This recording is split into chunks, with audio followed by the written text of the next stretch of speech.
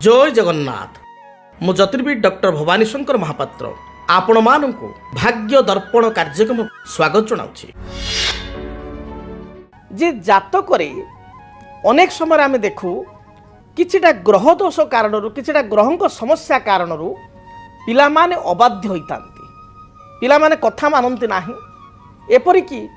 पिला बा पुओ बा झील बहुत बड़ हो ज्ञान आसवा पिला माने कर्म कर सारिया चाकरी बाकरी कर सारिया से माने वेल सेटल हो सारिया पिता माता को चिंता रहे कारण से मनोमुखी काम करती पिता माता को आडभाइस को आद ग्रहण करती ना उपदेश को ग्रहण करती ना किंबा पिता माता को सम्मान दिंतु ना। तेबे आज आम आलोचना करिबा संतान अबाध्य कहीं होता है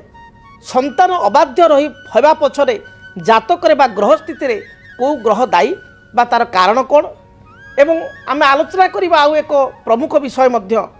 जे आपणकर धरंतु 2 बा 3टी संतान अछंती बा 4टी आपणकर संतान अछंती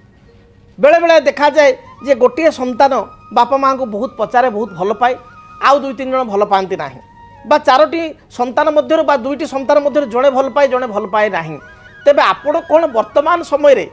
आपण को पिला जो छोट भी होता कि मध्यवस्थार अछंती बा पिला माने आपण को प्रकृत बड़ हो जाइछंती चाकरी बाकरी करिसंती तेबे को संतान आपण को अधिक भल पाइबो ताहा कोन जातक जना पड़िबो ताहा कोन जातक जानी हबो जे प्रकृत में मोर 4 पुओ झियो कि 5 पुओ झियो को पुओटा बा को झियोटा मते बेसी भल पाइबो भविष्यत को बा वर्तमान को पुओ बा झियो जदि बड़ हो गेलेनी जदि छोट अछंती ताले भविष्यत को किए अधिक भल पाइबो किए अधिक मोर सेवा करिवो एवं वर्तमान मध्य समस्ते कहते भल पाँच जेजा बाटे जेजे अच्छा किए बेसी मोर केयरिंग नब किए जदि मोर किसी असुविधा हो गला मोर जदि किसी समस्या हो गला स्वास्थ्यगत किए मोर अधिक देखाशुना करिवो ए कथा कोन जातक जना पड़िबो। हाँ आज्ञा निश्चय जना पड़िबो। तेबे आसत प्रथम आम जानिबा प्रथम विषय जे संतान अबाध्य कहीं होती बा केउ ग्रह कारण आम देखिबा संतान बेसी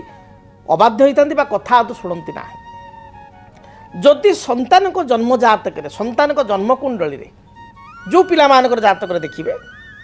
लग्न रे राहु रही जो पिला मानक जातक लग्न रे केतु रही जो पिला मानक जातक लग्न रे मंगल राहु सहित युक्त बा मंगल केतु सहित युक्त बा जो संतान को जन्म जातक मंगल शनि एकत्र आपणकर लग्न रे षष्ठ रे अष्टम रे बा द्वादश रे अछंती से क्षेत्र में आप देखिए जे से संतान माने बा से जो जार जातक थी जो पिलार जातक से पिला आपण को कथा अशुणा कर आपण कथा शुणव ना आपण कथा को हुए तो इमिडिएटली हाँ हाँ करदेव कि परवर्ती समय काम करिवो ना जिदखर स्वभाव हेब बहुत पैसा खर्च कर अपव्यय कर सांगसाथी द्वारा प्रभावित हेब एपरिकी कुसंग बा खराब सांगसाथी पड़ी निशाग्रस्त होबार जना जाए बा किछि किछि पिला घरे देखिए बापा माँ कथा आदौ शुणवे ना ट्रेडिंग पाइका पूरा पागल आजिकल जो यूट्यूब रे मो पाक बहुत ये केस आसला बहुत बापा माँ मो पाक आसुँच मन दुख कर आज्ञा पिला बर्तमान आम कंट्रोल बाहर गोटे 25 वर्षर पिला 30 वर्ष पिला बा सी तार चाकरी कलानी तापर आज्ञा ट्रेडिंग करी विभिन्न आप्रे 100 हजार हजार टंका बा लक्ष लक्ष टंका बर्बाद करुच्ची मुझे कमेदेली कहूँ तार 4 गुणा 10 गुणा लस भी कहा कथा आज्ञा शुणुना कि कई पिता माता कहते आज्ञा पिलाटी सांगसाथी टे कुसंगे पड़ जाइए चाकरी बाकरी सब करुच्ची भल ये करुच्ची किंतु ड्रिंक्स करुच्ची सांग मान सागर एवं मुझे कहली बापा हिसाब से बा बो हिसाब से माँ हिसाब से कहली से ना कहला मत प्रत्युत्तर देला बा मो संतान मत भल पाऊना बहुत कष्ट पितामाता मैंने जातक देखा मो पाक आस बहुत कष्ट छल छल आखिरे कथा कहते वास्तविक केते कष्ट हो से पितामाता को जो पितामाता आपण मान सेवा करिसंती आपण मान को मनीष करिसंती जो माँ रक्त को आपणकर क्षीर करी अमृत करी पिला को खाइबा को देइछि पिलार अली अर्दली सबकि शुणी से माँ को जो पिला आज जवाब दौर प्रत्युत्तर दौर से माँ को केते कष्ट हो कथार अच्छी कुपुत्र भवती कचिदपि कुमाता न भवती शास्त्र कहे पुओ खराब हो पारे केबे माँ केबे पुओर अमंगल चाहिए ना पुओ सब भल रहू एवं झील सब भल रहू हाथी बनस्थ रहिले भी राजांकर एक कथा माँ सब चिंता करे बापा सब चिंता करती किंतु जदि पिला कुपथगामी हुए जो पिला को आपण मनीष कर हाथ धरी आग को नहीं पेटर भोक को मारी कष्ट को कष्ट अर्जित धन पिला को देइचंती एवं से पिला आज आपण कथा शुणु ना बा किसी लेवल को गला परे से आपण को सम्मान दो ना किंबा वर्तमान से लेवल को जाई पारि नहीं हुए जे आपण को पैसा को अपर्याप्त भाव में खर्च करुच्ची आपण कहले विरक्त होची ताले केते कष्ट होतो आपण को तेणु संतान अबाध्य हेले पितामाता को बहु कष्ट होता है। बृहस्पति होचंती संतान कारक जदि आपण जातक देखिए बृहस्पति राहु सहित युक्त होईची आपण जातक बृहस्पति राहु सहित युक्त होईची आपण जातक बृहस्पति शनि दृष्टि अच्छी आपण जातक बृहस्पति वृषरे बा तुलारे थाई राहुयुक्त होईची बा राहु दृष्टि अच्छी ताहले डेफिनेटली देखिए पिला आपण कथा शुणिब नाही जिदखर हेब भविष्य को से संतान जो संतान जोग थी आपण जातक ये जोग अच्छी दुर्जोग को आपंकर गोटे संतान आजिकल तो प्राय लोक गोटे संतान ताल आपण जानवे भविष्य को पिला को आप देखी चाह कथा कहे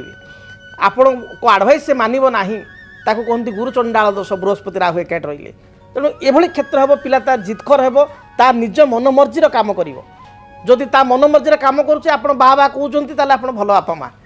जदि आपण ताको अटकेले बा भल बाट गाइडेंस देले भल कथा कहले ताले आपण शत्रु एभली स्थिति जात हेब तेबे अनेक समय व्यक्ति विशेष चिंता करती जे मोर धरतु 3 बा 4 पुओ झियो बा 5 पुओ झियो को पुओ बा को झियो मते अधिक भल पाइबो जो संतान मान मध्य कौ संतानटी मत भविष्य को मोर देखाशुना कर ये प्रश्न कौन जातक मिल यार उत्तर कौन मिल निश्चय मिल आपणकर लग्नर पंचम भाव आप जातक निजे देखु लग्नर पंचम भाव हूँ संतान भाव फिफ्थ हाउस हूँ संतान हाउस सेमती जातकर 11th हाउस संतान हाउस आप कहे समस्त शास्त्र प्राय कहुई पंचम भाव संतान भाव आप एकादश भाव कहले एकादश भाव नाड़ी एस्ट्रोलोजी अनुसार बा दाक्षिणात्य साउथ एस्ट्रोलोजी अनुसार एकादश भाव हूँ प्रथम गर्भ फास्ट इश्यू प्रथम संतान बा संतति ज्येष्ठ संतान भाव हूँ एकादश तेणु आपण जातक देखु जदि आप एकाधिक संतान अच्छा ताहले प्रथम एकादश बड़ संतान एकादश आणवे 11 नंबर घर आणवे जदि एकादश भाव अच्छा एकादश स्थान को गुरु देखुंट एकादश स्थान में बसी ग्रह एवं आपण लग्न धरतु आपणकर मेष लग्न एकादश बस मंगल ताले ज्येष्ठ संतान आपको 100% बहुत भल पाइब आपण केयर कर आपण सेवा जत्न कर बुढ़ा समय वार्धक्य समय बुढ़ापा समय आपण जत्न नेब किंतु सेठी धरतु एकादश स्थान रहीगले कौन ना आपणकर रहीगले शुक्र रहीगले किंबा एकादश स्थान में धरतु आपणकर रहीगले चंद्र केतुयुक्त होगले सेठी संतान आपण बड़ संतान आपण को केयर करिवो नाही आपण भल पाइबो नाही बा आपण कथा बुझिबो नाही बा आपण ताको किसी एडवाइस देबे ताको ग्रहण करिवो नाही तेणु ता ठारू आपण ता पाखरु किसी एक्सपेक्टेशन रखिबा किसी ता ठारू चाहिबा ये आपण पई ठीक नुह आशा करिबा ठीक नुह तापर आपण जिबे धरंतु अधिक द्वितीय संतान को जिबे द्वितीय संतान आसीबे पंचम रु धरंतु पंचम स्थान रे आपणकर रवि रहिसंती आपणकर लग्न अनुसार जेहेतु मित्र रवि रही मंगल रही जेहेतु आप मेष लग्न गोटे उदाहरण देली आपको मंगलकर मित्र किए ना रवि चंद्र एवं बृहस्पति तेणु बृहस्पति रविचंद्र मध्य कौन ग्रह अच्छा ताहले बा एमान दृष्टि पंचम को अच्छी ताल जानवे द्वितीय संतान आपको भल पचार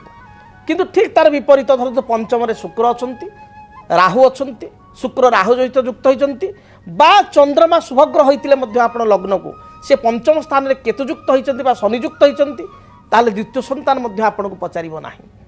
तापर ए आसवा तृतीय संतान आम केमी विचार करवा पंचमर तृतीय पंचमर भाई कारण तृतीय भाव हूँ भातृस्थान तेणु आपण जातक एकादश हूँ बड़ संतान पंचम हूँ द्वितीय संतान पंचमर तृतीय अर्थात ता तलटा तार भाई बा भौणीटा जो आम देखा तार पंचमर तृतीय कौन हम ना पंचमर तृतीय हूँ पंचम 1 षष्ठ सप्तम आपण सप्तम स्थान में क्यों ग्रह अच्छा जदि सप्तम स्थान में आपण को चाहे मित्र ग्रह गुड़िक आपण जातक थे ताले निश्चय आपण तृतीय संतान आपको पचार बड़ न पचारू मझी न द्वितीय न पचारू तृतीय पचार भल पाइब जदि अशुभ ग्रह अच्छा 3 नंबर संतान आपको पचार ना आपण कहे मोर 4 नंबर संतान अच्छा ताले तृतीय पुणी तृतीय अर्थात तृतीय संतान पुणी भाई बा भौणी तार तृतीय अर्थात ସପ୍ତମ ଅଷ୍ଟମ ନବମ ସ୍ଥାନକୁ ବିଚାର କରିବେ। ତେଣୁ ଆପଣମାନେ ଯଦି ନିଜ ଜାତକୁ ଆନାଲାଇଜ୍ କରିବେ ତାହେଲେ ଆପଣ ନିଜେ ଜାଣିପାରିବେ କେଉଁ ସନ୍ତାନଟି ଆପଣଙ୍କୁ ପଚାରିବ। ଏଇଟା ଗୋଟେ ପାର୍ଟ। ଦ୍ୱିତୀୟ ପାର୍ଟ ହେଉଛି ଆପଣଙ୍କ ଲଗ୍ନ ଏବଂ ଆପଣଙ୍କ ସନ୍ତାନଙ୍କ ଲଗ୍ନ କ'ଣ। ଯଦି ଆପଣଙ୍କ ସନ୍ତାନଙ୍କ ଲଗ୍ନ ହେଉଛି ଆପଣଙ୍କ ମିତ୍ର ଲଗ୍ନ, ଯେମିତି ଆପଣ ବୋଲି ଉଦାହରଣ ଦେଲି, ଆପଣଙ୍କ ସନ୍ତାନଙ୍କ ଲଗ୍ନ ଧରନ୍ତୁ କର୍କଟ ଲଗ୍ନ ଅର୍ଥାତ୍ ମିତ୍ର ଲଗ୍ନ ଏବଂ ବସିଛନ୍ତି ମଧ୍ୟ ଲଗ୍ନରେ ତାର ଚନ୍ଦ୍ର, ସେ ଡେଫିନେଟଲି ଆପଣଙ୍କୁ ପଚାରିବ। ଆପଣ ବହୁତ ଭଲ ପାଇବ ଏବଂ ଗୋଟେ ଶ୍ରବଣ କୁମାର ଭଳିଆ ପୁଅ ବା ଝିଅ ଆପଣ ପାଇବେ। କାରଣ ଚନ୍ଦ୍ର ହେଉଛନ୍ତି ମିତ୍ର, ମେଷ ଲଗ୍ନ ପାଇଁ ମଙ୍ଗଳଙ୍କ ମିତ୍ର, ଲଗ୍ନରେ ବି ଚନ୍ଦ୍ର ଅଛନ୍ତି, କୌଣସି ଅଶୁଭ ଗ୍ରହ ନାହାନ୍ତି ଏବଂ ସିଏ ଆପଣଙ୍କୁ ପ୍ରପର କେୟାର ନେବ। ତା ସହିତ ଆପଣଙ୍କର ମାଇଣ୍ଡ ସେଟ୍ଟା ପୁଅ ବା ହଉ ବା ଝିଅ ହଉ ବହୁତ ଭଲ ଇଏ କରିବ, ଆପଣଙ୍କ କଥାକୁ ସମ୍ମାନ ଦେବ, ଆପଣ ମଧ୍ୟ ତାକୁ ସେତିକି ଭଲ ପାଇବା ଦେବେ, ଆପଣଙ୍କ ଭିତରେ ବଣ୍ଡିଂ ରହିବ। ଆମେ ଦେଖୁ ନା, ସେଥିପାଇଁ ବହୁତ ପରିବାରରେ ଆମେ ଦେଖୁ ଯେଉଁଠି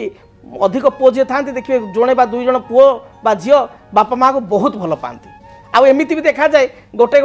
ପରିବାରରେ ଗୋଟିଏ ପୁଅ ମାଆକୁ ବହୁତ ଭଲ ପାଏ, ଆଉ ଗୋଟେ ଝିଅ ବା ପୁଅ ବାପାକୁ ବହୁତ ଭଲ ପାଏ। ଜଣେ ମା ପାଇଁ ପାଗଳ, ଜଣେ ବାପା ପାଇଁ ପାଗଳ। ତେଣୁ ଏକଥା ମଧ୍ୟ ଦେଖା ଦେଇଥାଏ ଜନ୍ମ ଜାତକର ତାରତମ୍ୟ। ତେବେ ଆପଣ ମଧ୍ୟ ଜାଣିପାରିବେ ଜାତକରୁ ବାର୍ଦ୍ଧକ୍ୟ ସମୟରେ କେଉଁ ସନ୍ତାନ ଆପଣଙ୍କୁ ପଚାରିବ ବା କେଉଁ ସନ୍ତାନ ସୁଖ ପ୍ରକୃତରେ ଆପଣଙ୍କ ପାଖରେ ଅଛି, ଯଦି ଆପଣ ଏକାଧିକ ସନ୍ତାନର ଜନକ ବା ଜନନୀ। ତେବେ ଯଦି ସନ୍ତାନ ଆପଣଙ୍କର ଅବାଧ୍ୟ ହେଉଛନ୍ତି ତାହେଲେ ବର୍ଷକୁ ଥରେ ଆପଣ ରୁଦ୍ରାଭିଷେକ ଜଣେ ଅଭିଜ୍ଞ ବ୍ରାହ୍ମଣ ଦ୍ୱାରା କରାନ୍ତୁ। ସନ୍ତାନ କାରକ ଗ୍ରହ ହେଉଛନ୍ତି ବୃହସ୍ପତି। ତେଣୁ ଗୁରୁବାର ଦିନ ଆପଣ ଗୁରୁଙ୍କର ବ୍ରତ ଆପଣ କରନ୍ତୁ, ବୃହସ୍ପତିଙ୍କ ବ୍ରତ କରନ୍ତୁ। ଗୁରୁବାର ଦିନ ଶିବ ଦର୍ଶନ କରନ୍ତୁ, ଶିବଲିଙ୍ଗରେ 108 ସ୍ୱର୍ଣ୍ଣ ଚମ୍ପା ଲାଗି କରନ୍ତୁ। ଦେଖିବେ ସନ୍ତାନ ଧୀରେ ଧୀରେ ବାଟକୁ ଆସିବ ଏବଂ 108 ବେଲପତ୍ର ଲାଗି କରନ୍ତୁ। ବୃହସ୍ପତିଙ୍କ ବୃକ୍ଷ ବ୍ରହ୍ମଜ୍ୟେଷ୍ଠି ବୃକ୍ଷ ପୂଜା କରନ୍ତୁ ଏବଂ ସନ୍ତାନ ସୁବାଟକୁ ଆସୁ ବୋଲି ଆପଣ ବ୍ରହ୍ମଜ୍ୟେଷ୍ଠି ବୃକ୍ଷକୁ ପ୍ରାର୍ଥନା କରନ୍ତୁ। ଦେଖିବେ ନିଶ୍ଚୟ ସନ୍ତାନ ଭଲ ବାଟକୁ ଆସିବ। ଏବଂ ଆପଣଙ୍କ ଜାତକରେ ଯଦି ବୃହସ୍ପତି ଯୋଗକାରକ ଅର୍ଥାତ୍ ଆପଣଙ୍କ ଜାତକରେ ଯଦି ଆପଣଙ୍କର ଲଗ୍ନ ମେଷ ଲଗ୍ନ, ଆପଣ କର୍କଟ ଲଗ୍ନ, ସିଂହ ଲଗ୍ନ, ଆପଣଙ୍କର ଯଦି ବିଛା ଲଗ୍ନ, ଧନୁ ଲଗ୍ନ ଏବଂ ମୀନ ଲଗ୍ନ, ତାହେଲେ ଆପଣଙ୍କ ପାଇଁ ବୃହସ୍ପତି ଯୋଗକାରକ। କାରଣ ଲଗ୍ନ ଅନୁସାରେ ଗ୍ରହମାନେ ଯୋଗକାରକ ହୋଇଥାନ୍ତି। ତେଣୁ ବୃହସ୍ପତି ଯୋଗକାରକ ହୋଇଥିବାରୁ ଗୋଟେ ୟେଲୋ ସାଫେୟାର ଆପଣ ପିନ୍ଧିପାରିବେ କିମ୍ବା ଉପରତ୍ନ ହିସାବରେ ୟେଲୋ ଟୋପାଚ୍ ମଧ୍ୟ ଧାରଣ କରିପାରିବେ। ଏହାଦ୍ୱାରା ମଧ୍ୟ ସନ୍ତାନଙ୍କର ମାନସିକତାରେ ପରିବର୍ତ୍ତନ ଆସିବ, ସନ୍ତାନଙ୍କ ସହିତ ଆପଣଙ୍କର ସମ୍ପର୍କ ମଧ୍ୟ ଭଲ ରହିବ। ତେବେ ସବୁଠାରୁ ଭଲ ହେଉଛି ବ୍ରହ୍ମଜ୍ୟେଷ୍ଠି ବୃକ୍ଷ ପୂଜା କରିବା। ବ୍ରହ୍ମଜ୍ୟେଷ୍ଠି ବୃକ୍ଷ ପୂଜା କଲେ ଇଏ ସଦ୍ୟ ଫଳ ମିଳେ ଏବଂ ଅତ୍ୟନ୍ତ ଶୁଭ ଫଳ ପ୍ରାପ୍ତି ହୋଇଥାଏ। ସେଭଳି ଗୁରୁଙ୍କର ବ୍ରତ ବା ବୃହସ୍ପତିଙ୍କର ବ୍ରତ ପ୍ରତି ଗୁରୁବାର କଲେ ଏହା ଅତ୍ୟନ୍ତ ଶୁଭପ୍ରଦ ହୋଇଥାଏ। ତାପରେ ଦ୍ୱିତୀୟ କଥା, ଆପଣ ମଧ୍ୟ ଆପଣଙ୍କର ଯଦି ପିତାମାତା ଅଛନ୍ତି, ଯଦି ଆପଣ ସେମାନଙ୍କର ଠିକ୍ ଭାବରେ ସେବା ଶୁଶ୍ରୂଷା କରିଥିବେ ତାହେଲେ ଭଗବାନ ଆପଣଙ୍କୁ ସତ୍କର୍ମ ଦେବେ। ଆପଣଙ୍କ ସନ୍ତାନଙ୍କ ଠାରୁ ମଧ୍ୟ ଆପଣ ସେ ଆଶା କରିବେ, ଆପଣଙ୍କ ସନ୍ତାନ ମଧ୍ୟ ଆପଣଙ୍କୁ ସେତିକି ସେବା ଶୁଶ୍ରୂଷା କରିବ। ତେଣୁ ଦେଇଥିଲେ ପାଇ ଯେଉଁ କଥାରେ ଅଛି ସେଭଳି ମଧ୍ୟ କରିବା ଆବଶ୍ୟକ।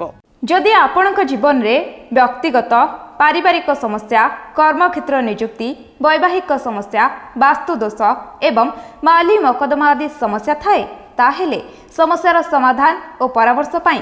ଆମକୁ ଯୋଗାଯୋଗ କରନ୍ତୁ। ଜ୍ୟୋତିର୍ବିଦ doctor Bhabani Shankar Mahapatra, Budheswari colony, plot number 26, Bhubaneswar. Phone number 9776833302 9439444924। ଆମର ୱେବସାଇଟ୍ www.srijagannathastro.com। କେମିତି କଟିବ 2026 ମସିହାରେ ଆପଣଙ୍କ ଭାଗ୍ୟ?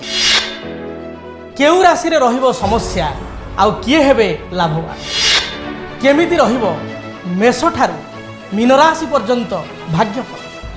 ଜାଣିବା ପାଇଁ ଦେଖନ୍ତୁ ଆମ କାର୍ଯ୍ୟକ୍ରମ 2026